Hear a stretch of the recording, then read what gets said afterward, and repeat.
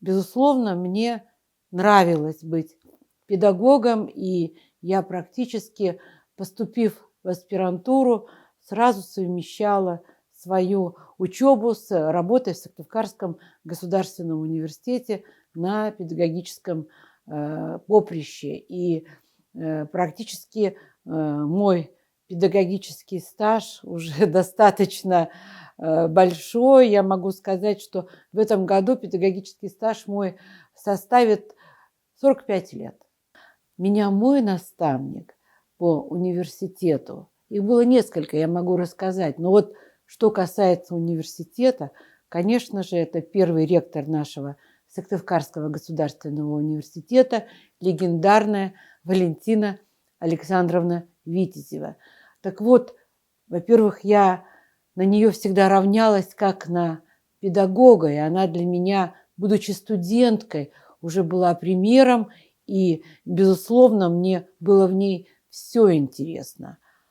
А вот когда я уже стала педагогом и работала на кафедре, которую она возглавляла, а потом передала уже мне, как молодому педагогу, эту кафедру, она всегда говорила: к студентам надо относиться точно так же, как к своим детям. Я до сих пор, хочу подчеркнуть, совмещаю свою депутатскую работу, это закон позволяет, с преподавательской деятельностью на кафедре Сыктывкарского лесного института. И, конечно, помню очень многих своих, если не сказать, что всех студентов. Но вы знаете, что еще важнее? Что они меня помнят. И я думаю, что то, что дважды я уже избиралась в Государственный совет Республики Коми, это поддержка моих учеников. Я всегда говорю, что я счастливый человек, потому что еще жива и сотрудничает, общается со мной моя классный руководитель Анне Михайловне Колеговой, которая с 6 класса вела наш класс и до сих пор живет в нашем городе. Я думаю, что в таком почтенном возрасте можно назвать Анне Михайловне.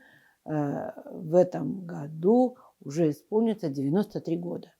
И преподавав историю, она практически вложила в нас ту любовь к своей стране, те знания по основным этапам развития нашей страны, что и сегодня, участвуя, например, в диктанте Победы, я буду участвовать в очередной раз, я еще ни один не пропустила, я вспоминаю, а как же об этих событиях нам рассказывала наш преподаватель истории Анна Михайловна Коликова.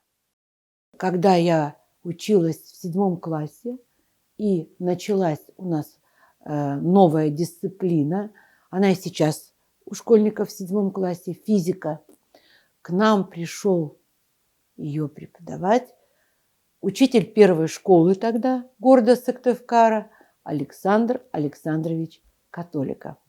Как-то он подошел ко мне на уроке, видимо, зная, что он будет работать во Дворце пионеров, пригласил меня в одну из тех кружков, секций, которые там будут.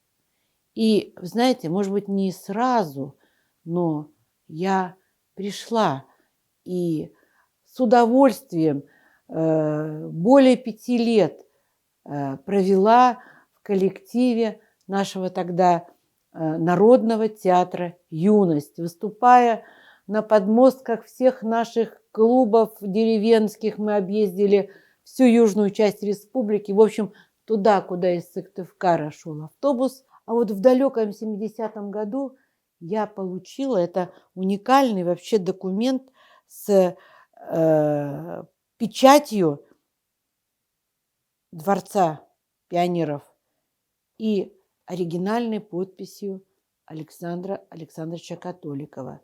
Это благодарность которую мне объявил директор Александр Александрович Жиделевой Вале, члену Народного театра «Юность», за активную и творческую работу в 69-70 учебном году. А я являюсь человеком, который тоже трудится в тех же сферах, где когда-то трудился Александр Александрович Католиков. Он был педагогом, и я являюсь педагогом. Единственное, он в школе работал, я, допустим, работаю в высшей школе. Затем Александр Александрович Католиков вот действительно работал как человек творческий. Он возглавил, когда Дворец пионеров, он позволил развить тогда и городу, и республике все области дополнительного образования. И практически работая когда-то и директором лесного института, являясь членом общественной палаты, председателем общественного совета МВД, я тоже всегда была заинтересована в том, чтобы эта сфера развивалась, и до сих пор этому содействую так, как я могу. А еще Александр Александрович был депутатом Верховного Совета нашей республики, и Александр Александрович, естественно, был государственным человеком, законодателем. И так получается, что вот я уже второй срок в Государственном Совете Республики Коми. То есть у меня такие замечательные учителя и наставники, что просто вспоминая о них, уже можно двигаться вперед и что-то для себя находить новое и стараться передать это то, с кем сегодня работаю.